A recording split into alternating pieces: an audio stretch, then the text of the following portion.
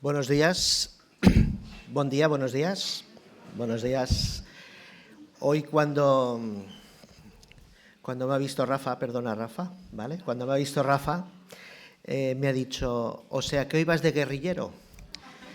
Y yo al principio me he quedado un poco así, porque ¿cómo de guerrillero? Sí, hombre, Gedeón.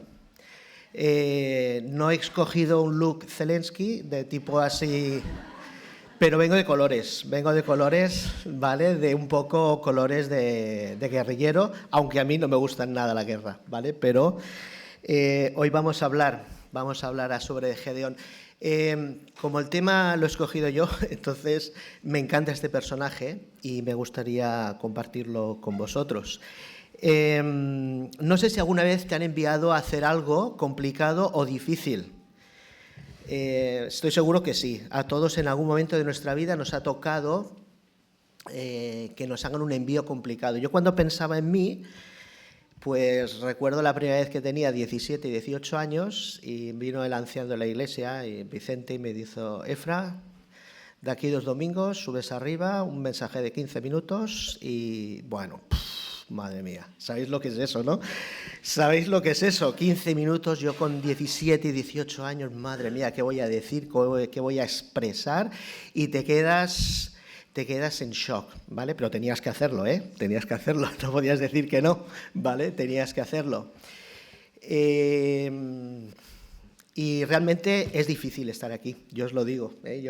Aunque lo hagas muchos años, si le preguntáis a los hombres y las mujeres que lo hacen aquí, cuesta. Aunque hoy me sirve de consuelo que Rubén está haciendo algo más difícil, que es correr 42 kilómetros. Entonces, eso hoy no me cambiaría por él. Quizá por muchos otros sí, pero por eso no me cambiaría. O también recuerdo una vez que me enviaron, antes de trabajar como profe, pues trabajé en una editorial y combinaba la editorial con los estudios universitarios y recuerdo que una vez me enviaron a buscar a un ponente al aeropuerto y tenía que hablar inglés todo el rato. Y yo digo, ¿qué le voy a decir yo a este hombre? ¿Qué vamos a hablar? Y más en inglés, ¿qué le voy a decir? Y menos mal que después él era bastante simpático, bastante gracioso. Yo le preguntaba 4 cosas, él me decía otras y tal, ¿no? Pero bueno, alguna vez en la vida nos han enviado a hacer un encargo, nos han enviado a hacer alguna cosa que nos cuesta y que es difícil. Y hoy vamos a hablar de uno que le costó mucho, pero con el cual yo, por lo menos, yo me siento muy identificado. Y creo que más de uno vosotros también lo haré. La historia que vamos a estudiar hoy muy rápidamente, lo que no nos va a dar tiempo a hacer evidentemente toda la historia de Gedeón, pero sí que voy a coger un fragmento de la historia de Gedeón. Es una historia que nos habla de un momento de transición en el cual el pueblo de Israel había entrado con Josué a la tierra prometida que Dios le había entregado, ya por fin, después de los años del desierto, habían llegado allí, estaban contentos, satisfechos, pero se muere Josué y el liderazgo va para abajo. Cada vez va más para abajo, ¿no? Y vemos una época muy difícil de unos 300, 400 años. Ahí la gente no se acaba, los que yo he consultado, no se acaban de poner de acuerdo, es que si son 300, que si son 400 años, de dificultad, donde hay un lema en esa sociedad, un lema en el cual se dice que cada uno hacía lo que bien le parecía ante sus ojos. Y este es un lema que se ve en Jueces todo el rato. Y vemos en Jueces también un ciclo que se va repitiendo de cuatro fases. Hoy vamos a ver, por ejemplo, en el capítulo 6, en los primeros versículos, vamos a ver 3 fases. Tan solo en 6 versículos vamos a ver 3 fases. La primera fase siempre es esa fase de rebeldía, de alejamiento de Dios, de hacer lo que quiero, de vivir la vida como quiero, que ese es el lema un poco que vivía en aquel momento. Como viven y hacen lo que quieren, eso les lleva unas consecuencias que es opresión. Viene un pueblo de afuera y ese pueblo le oprime y pasan por momentos complicados y difíciles. El pueblo, como lo pasa tan mal porque está en una situación complicada, como vamos a ver, entonces después clama y dice, Señor, que estoy aquí, ayúdame, ¿vale? Y finalmente, que es la parte más bonita de todos estos ciclos, es como Dios restaura a su pueblo, utilizando a un hombre como Gedeón, pero lo hizo con una mujer como Débora y lo hizo con muchos otros hombres y mujeres a lo largo de la historia. Y esa frase de que cada uno hacía lo que bien le parecía, yo creo que es la frase que tenemos hoy en nuestra vida.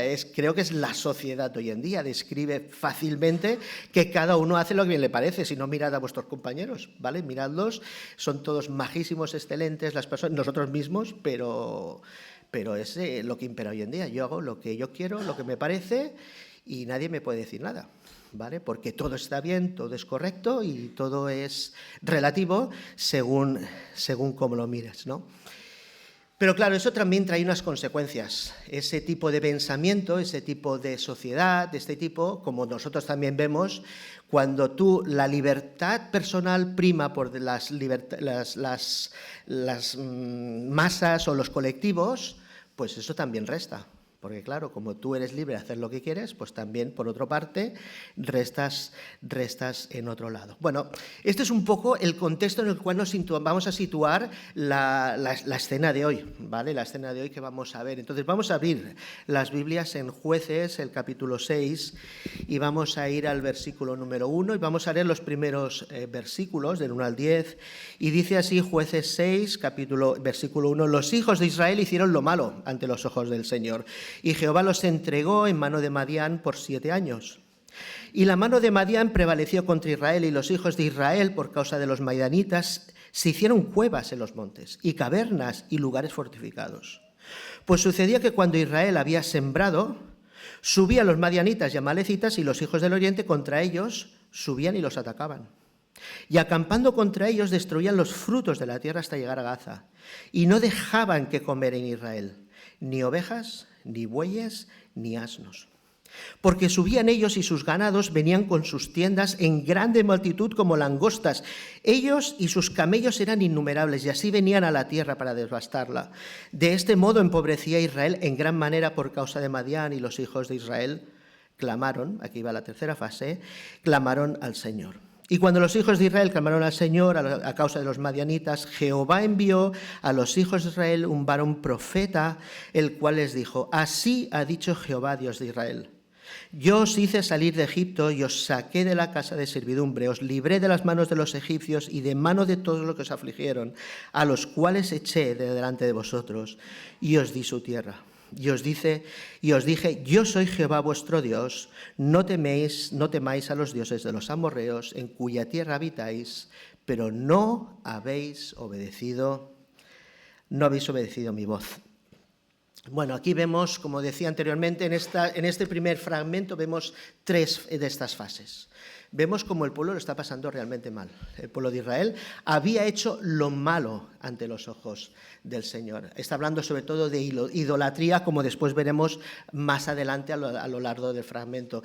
El pueblo de Dios, que había vivido durante 40 años en una cierta paz, en un cierto sosiego, gracias a la liberación de Débora y de Barak, había estado bastante bien, pero ¿qué pasa? Que con el tiempo vas olvidando los compromisos, con el tiempo vas olvidando aquello lo cual habías hecho una firme alianza con tu Dios.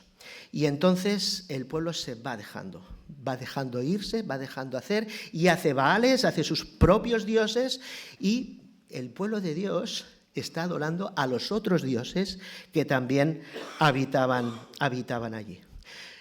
Es muy descriptiva la descripción que hace aquí.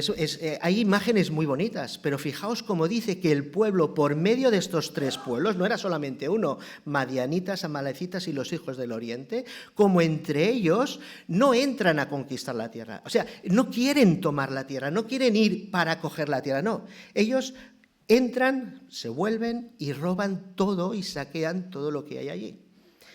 Y esto se lleva durante 7 años. ¿Os imagináis lo que es esto? 7 años que tú vas criando a tu ganado y viene alguien y te lo roba. ¿Tú te imaginas lo que es sembrar la tierra, que ya nosotros no lo hacemos, pero nuestros antepasados que seguramente lo hacían, lo que es arar la tierra, lo que es regar, lo que es sembrar, lo que es todo ese proceso para que al final venga alguien y te lo saque, te lo robe? Pues así vivían los amalecitas. Y fijaos que la imagen que nos hace es de que ellos mismos tuvieron que huir un poco de sus casas para meterse en las cavernas, en las grutas de los montes escarpados, para poder así refugiar por lo menos por lo menos su vida.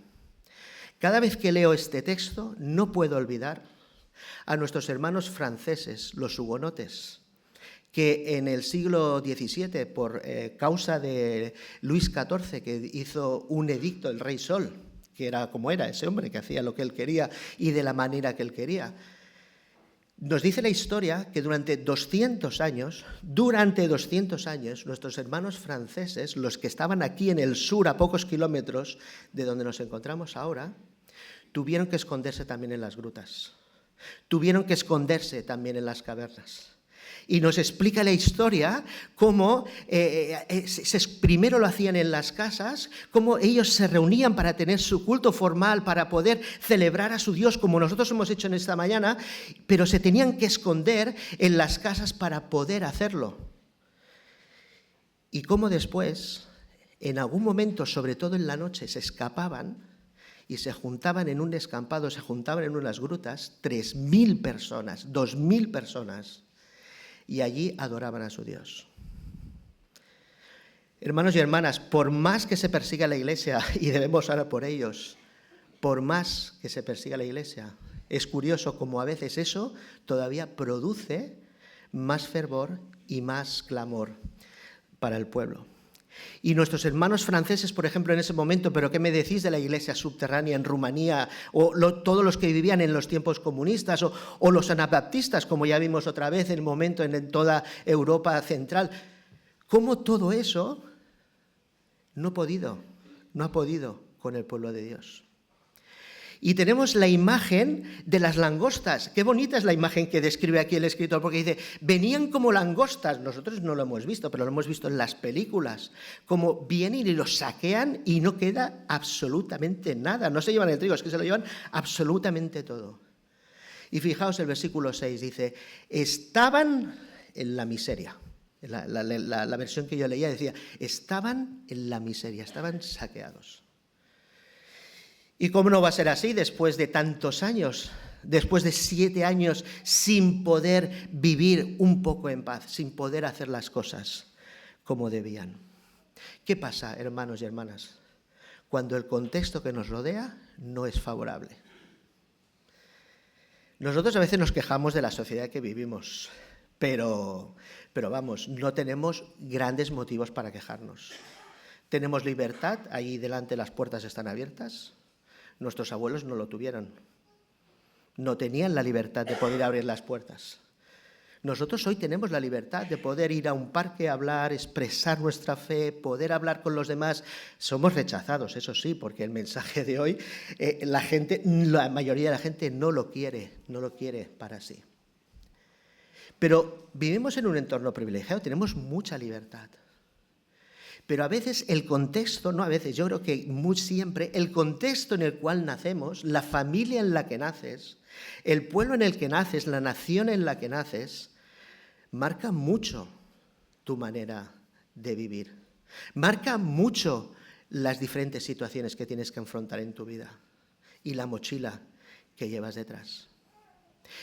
Pero hoy vamos a ver como en medio de toda esa situación, como en medio de los momentos más complicados para el pueblo de Israel, Dios, que ha dibujado un panorama aquí en los primeros versículos, difícil, tenebroso, complicado, de miseria, de dificultad, vamos a ver cómo va a dar un libertador, cómo va a ofrecer una salida, cómo va a ofrecer, porque ese Dios ama a su pueblo y lo va a liberar. Y vamos a seguir leyendo otros versículos para ver cómo continúa la historia en el versículo 11. Fijaos lo que dice así, y vino el ángel del Señor y se sentó debajo de la encina que está en Ofra, la cual era de Joás abiezarita, y su hijo Gedeón estaba sacudiendo el trigo en el lagar para esconderlo de los madianitas.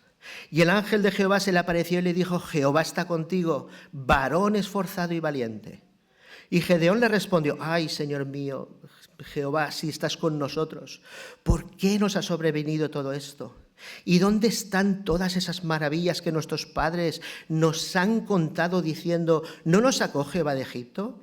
Y ahora Jehová nos ha desamparado y nos ha entregado en mano de los madianitas.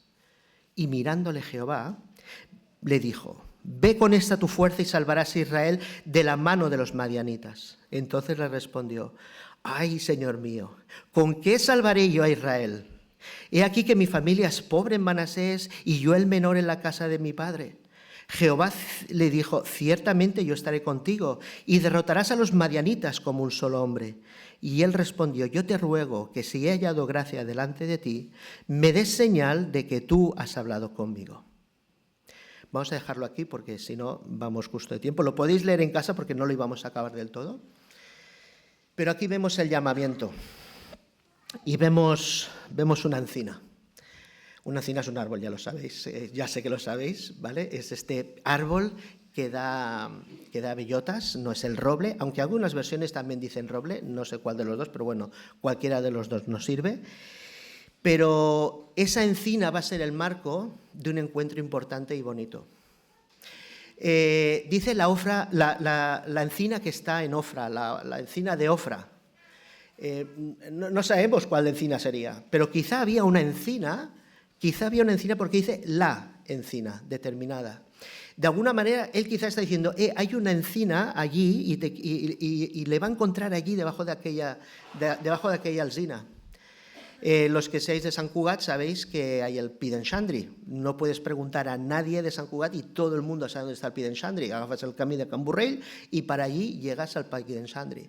Si estàs en Albergada, tothom sap el que és el Pi de les Tres Branques, perquè és emblemático para cualquier persona que vive por allí.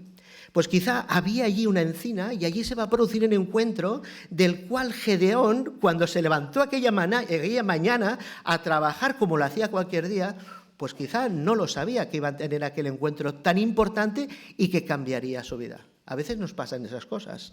Te levantas un día y no sabes que ese día, ese miércoles, ese jueves, va a pasar algo que va a cambiar tu vida. A veces para bien, otras veces quizá no para tan bien.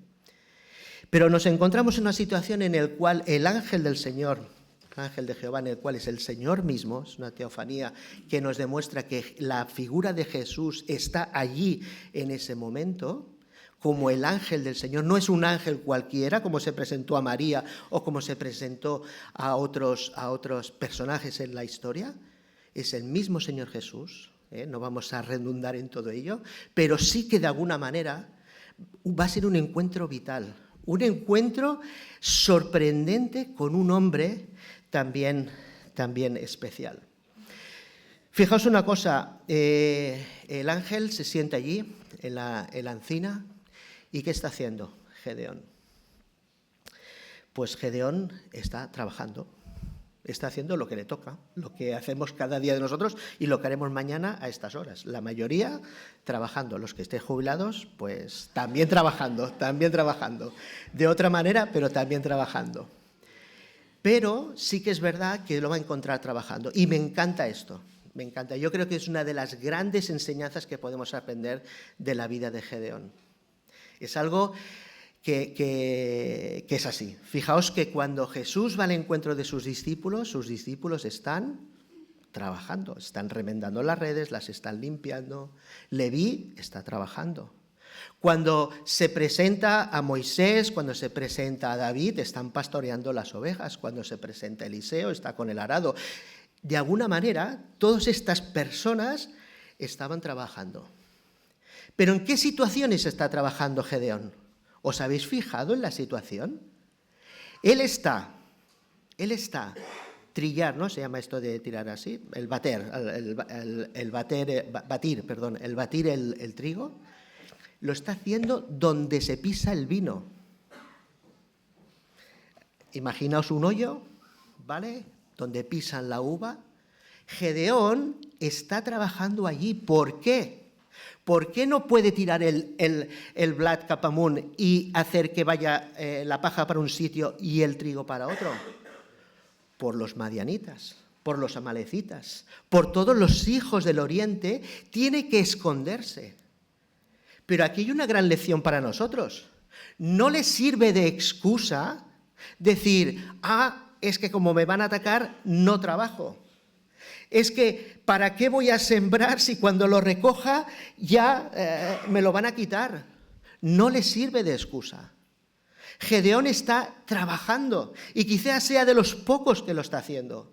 Quizá es de aquellos pocos que está haciendo lo que necesita para poder alimentar a la casa de su familia. No sabemos qué edad tenía Gedeón en este momento, sabemos pocas cosas, pero sí que sabemos que estaba en el lugar de su trabajo, en el lugar que le correspondía. Hermanos y hermanas, a veces en nuestra propia vida también nos pasa lo mismo. ¿Para qué voy a hacer esto si después? No, ese no es un razonamiento válido. No nos sirve eso. Debemos trabajar en aquello que el Señor nos ha puesto a cada uno de nosotros, porque si no, aquello que se dice siempre, la casa sin barrer. Cada uno, pues mira, pasa por aquel lado y no hace nada. Pero él tiene la valentía de hacer lo que en ese momento le toca, hacer su propio trabajo.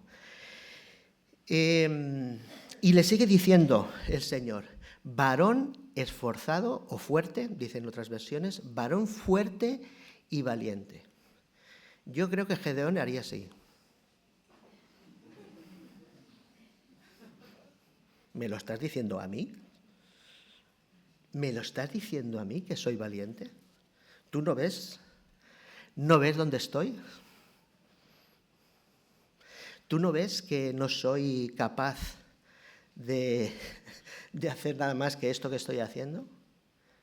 Y fuerte. ¿Esforzado? Mira, esforzado quizás sí, porque esforzado estaba trabajando en lo que le tocaba hacer cada día. Pero fuerte y valiente. Hay algunos de los comentaristas que consulto que dice, aquí quizá utilizó la ironía, como decir, pues vaya qué valiente que eres que estás aquí medio escondido. Además, el ángel ya sabía cómo era Gedeón. Ya lo sabéis vosotros cómo era Gedeón, que estaba todo, oye Señor, si no pongo el vellón aquí, si no lo pongo allá, mira, voy a hacer una ofrenda porque si no, no sé cuándo. Mira, necesitaba señales. Pero el Señor le dice valiente. A pesar de cómo es él, a pesar de sus dudas, a pesar de todas sus dificultades, a pesar de todos sus reparos, a pesar de todos sus lamentos, le dice valiente. Qué imagen más bonita, porque vamos, él se podría decir muchas cosas, pero valiente. Pero cuando uno ve los versículos que vienen después, proféticamente sí que fue un varón valiente. Cuando él entendió que no iba con sus fuerzas, sino que iba con las fuerzas del Señor, entonces sí que fue valiente. Y eso el Señor lo sabía. Por otro lado, él está cultivando, ¿dónde está trabajando? En la finca de su padre Joás. No está trabajando en la del vecino, no se ha metido a trabajar allí y allá, no. Está trabajando en lo que a él le toca. Está haciendo su actividad laboral y está trabajando en el lugar en el cual le toca. Esto también nos habla a nosotros, hermanos y hermanas. Nuestro trabajo primero es en casa, en el hogar. En las cuatro paredes, sea tu piso más grande, más pequeño, sean tus condiciones de una manera o de otra, lo primero es el hogar. Y después viene lo demás. Tu testimonio en el trabajo, tu testimonio en la escuela, en el instituto, en la universidad, tu testimonio y tu trabajo en la iglesia, que también cuenta. El Señor te ha puesto en un sitio para que no dejes la casa sin barrer, para que tú puedas dar lo mejor de ti mismo como haces durante la semana. Porque muchos de nosotros damos lo mejor de nosotros mismos durante la semana en nuestros trabajos, pero a veces descuidamos nuestra casa, a veces descuidamos el trabajo en la iglesia, o el trabajo con los vecinos o con las personas que tenemos a nuestro alrededor. Él cultivaba la tierra que le había tocado, la de Joás. Y aquí vamos a ver un diálogo entre el uno y el otro. Y fijaos que, cómo van dialogando entre el uno y el otro acerca de esa misión que Dios le había dado. Pero fijaos lo que ha dicho en uno de los versículos y cómo le dice: el Señor está contigo. Ve con esta tu fuerza. Si ¿De algo te tienes que quedar en esta mañana? Si de algo tú dices, mira, yo de los que ha explicado el Efra no me he enterado mucho, pero si de algo te puedes enterar, es que en aquello que te encarga el Señor va contigo. Y eso es suficiente. No te hace falta nada más. Fíjate que a Gedeón no le dice, mira, ahora vas a estar unos días en entrenamiento. Vamos a hacer un entrenamiento sobre la guerra, sobre cómo batirnos, cómo hacer esto, vas a coger a tus hombres y los vas a entrenar. No, le dice, que ves con tu fuerza, que no necesitas nada más, ve con la fuerza que tienes ahora, la que estás utilizando para batir el trigo, solamente esa.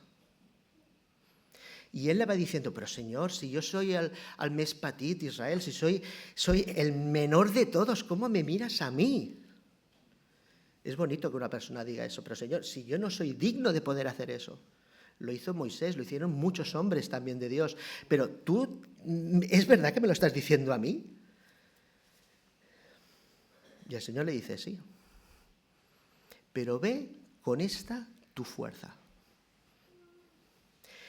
Yo no sé en esta mañana si tú tienes un reto delante tuyo muy, muy fuerte. No sé si lo que te viene mañana es complicado, si tienes algo en el hospital que tienes que encarar, si tienes algo en el trabajo que enfrentar, si tienes algo en tu familia que te está costando, no lo sé. Lo que sí sé y estoy seguro, y después de los años de mi vida que he pasado, es que si Dios está contigo, lo tienes todo, absolutamente todo. Quédate con esto, por favor. Sea lo que sea. Porque el Señor dice que no da a nadie más prueba ni más carga que la que pueda soportar. Entonces, la misión te puede parecer muy grande. Lo que tienes delante te puede parecer enorme. Te puede parecer la cosa más difícil de la vida. Pero si Dios te ha puesto ahí, es porque tú puedes hacerlo. Y confía. No pienses en junio, piensa en mañana. Mañana las fuerzas para mañana. Y las fuerzas para el martes y para el miércoles. Y el Señor está contigo. Lo ha leído Daniel al principio de todo. Él da fuerzas a aquel que no tiene ninguna. A los que les gusten las matemáticas, a mí no. Cualquier número multiplicado por 0 da 0. En las matemáticas de Dios, Él te da las fuerzas. Aunque a ti te parezca que no tengas ninguna, pero la fuerza para dar un paso, sí la tienes. Dice, los jóvenes se cansan, flaquean y se caen, pero los que esperan en el Señor tendrán nuevas fuerzas. Y dice, serán como las águilas que vuelan y no se cansan. Las águilas no baten sus alas, las baten al principio, pero después se dejan llevar por las corrientes del aire. ¿Y qué dice Pablo? Porque cuando soy débil, entonces soy fuerte. Porque ya no luchas tú con tus fuerzas, es el Señor que está luchando en ti. Y esto que yo estoy diciendo lo sabéis, porque lo habéis escuchado muchas veces. Pero muchas veces nos cuesta llevarlo a cabo. Muchas veces nos cuesta, y después tiras para atrás, Señor, si yo cuando tuve 20 años, o 25, o 30, aquello me costaba, pero lo superé. Señor, si cuando tuve, pero lo superaste. O le puedes decir, no, Señor, aquello fue un golpe muy duro, pero tú me diste las fuerzas para poder continuar y para seguir confiando en ti.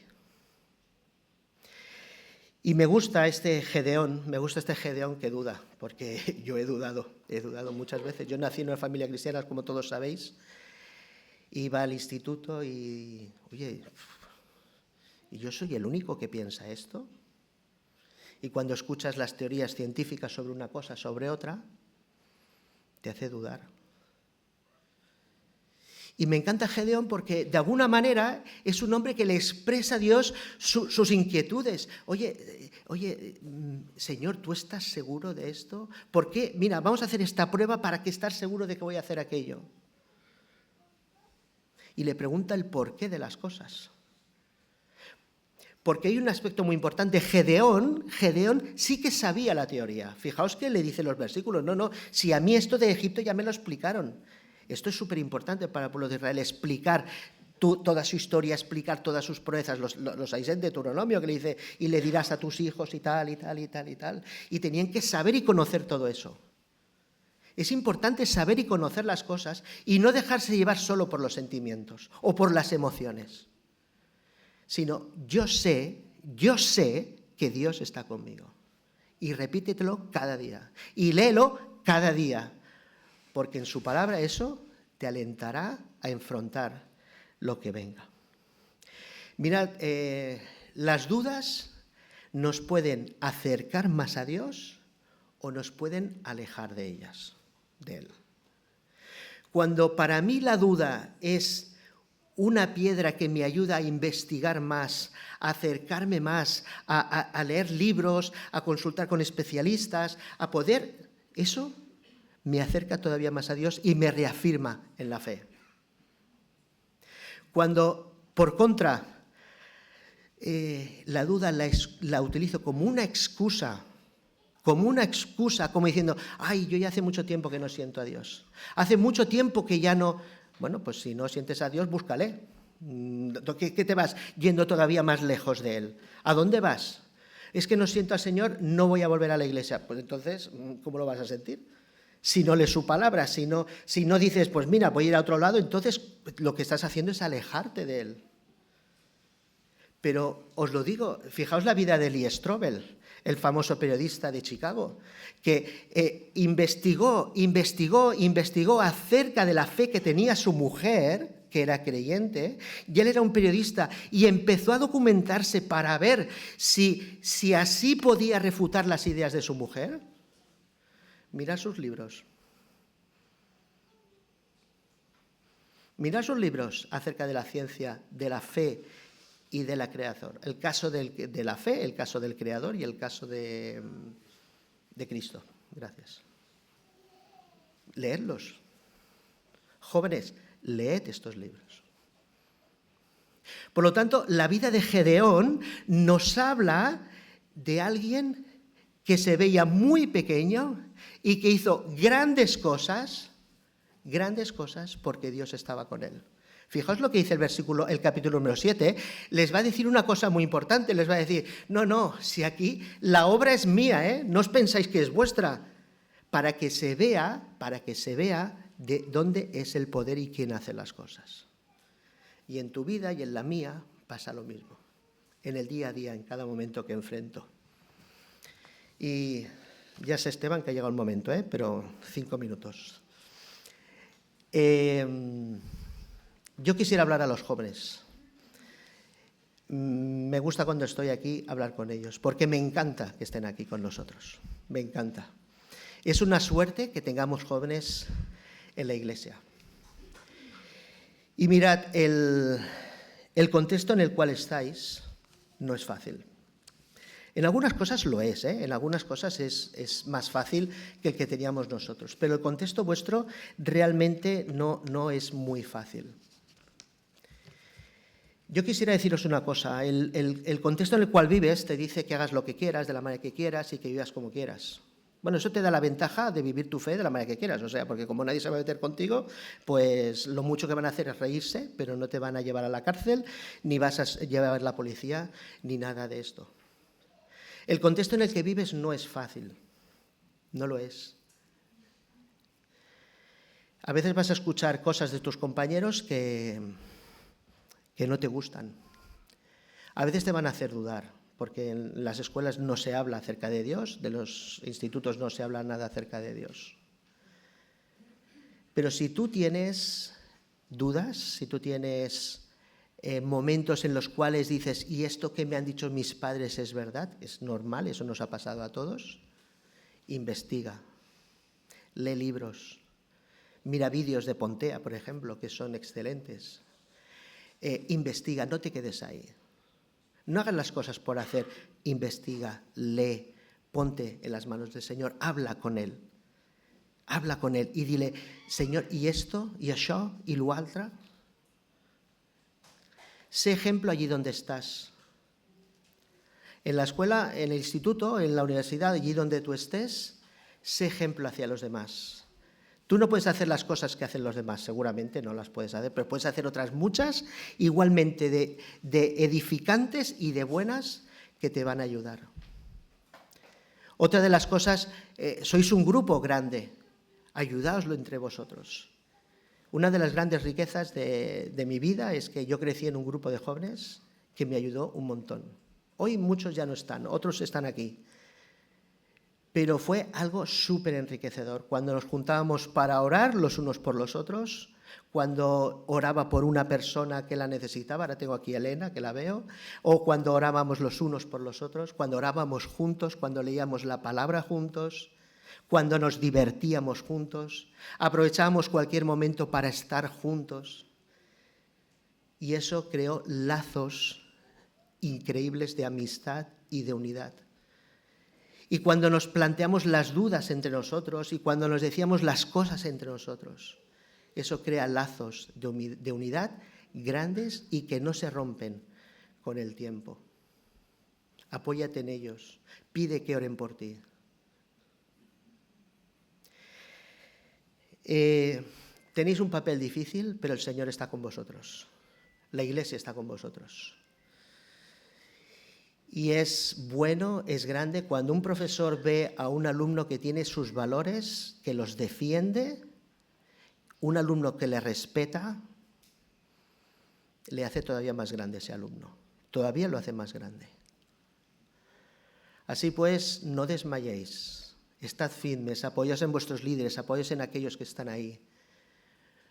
Porque aunque el contexto sea difícil, aunque la sociedad no apoye lo que tú estás viviendo, lo que oyes aquí cada domingo, lo que te estamos diciendo cada domingo, es válido y es bueno para tu vida.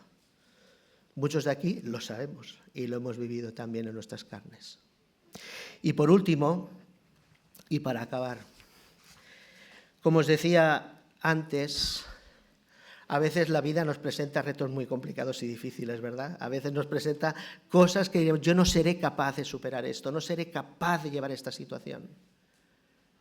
Pero el Señor te da las fuerzas para hacerlo. Simplemente ponte en sus manos. Simplemente como las águilas, déjate llevar. Dile, Señor, hoy, lunes, ayúdame a enfrentar las cosas que debo hacer. Y el martes, y el miércoles. Y hay algo muy bonito en este versículo que no quisiera dejar de pasar por delante, y es el versículo 14. Fijaos lo que dice. Y mirando el ángel del Señor a Gedeón, ¿sabéis una cosa? Años más tarde, la gracia hizo que aquellos que estábamos separados completamente el uno del otro, Jesús orientase su mirada a nosotros en aquella cruz. Y si hoy es la primera vez que nos visitas y no sabes muy bien de lo que estamos hablando, si eres un joven, una joven que quizá no entiende demasiado eso, Dios te amó tanto, tanto, tanto. Nos ha amado tanto a cada uno de nosotros que dice Juan 3:16 que dio a su Hijo unigénito para morir en la cruz por nosotros porque nos amaba. ¿Y por qué nos amó? Y tú dirás, ¿yo? Como dijo Gedeón, ¿a mí me ama el Señor? Sí, a ti te ama el Señor. Y te amó de tal manera que dio su vida en la cruz por ti. Te digo que eso es la mejor decisión que hemos tomado muchos de los que estamos aquí, la gran mayoría. Poder contar con la presencia del Señor continuamente en nuestra vida, como le pasó a Gedeón. Él pudo contar con la presencia del Señor para enfrentar los problemas diarios de cada día. ¿Y tú? El Señor Jesús lo dice muy claro, el que quiera venir a mí, venga, y lo dice con muchas expresiones, por su vida correrán ríos de agua viva. ¿No corren ríos de agua viva por vuestras vidas? Y tanto que sí. Venid a mí todos los que estáis trabajados y cansados, que yo os haré descansar. Pues nada, gedeones, gedeonas, mañana al trabajo. Alegres, contentos, porque el Señor está contigo.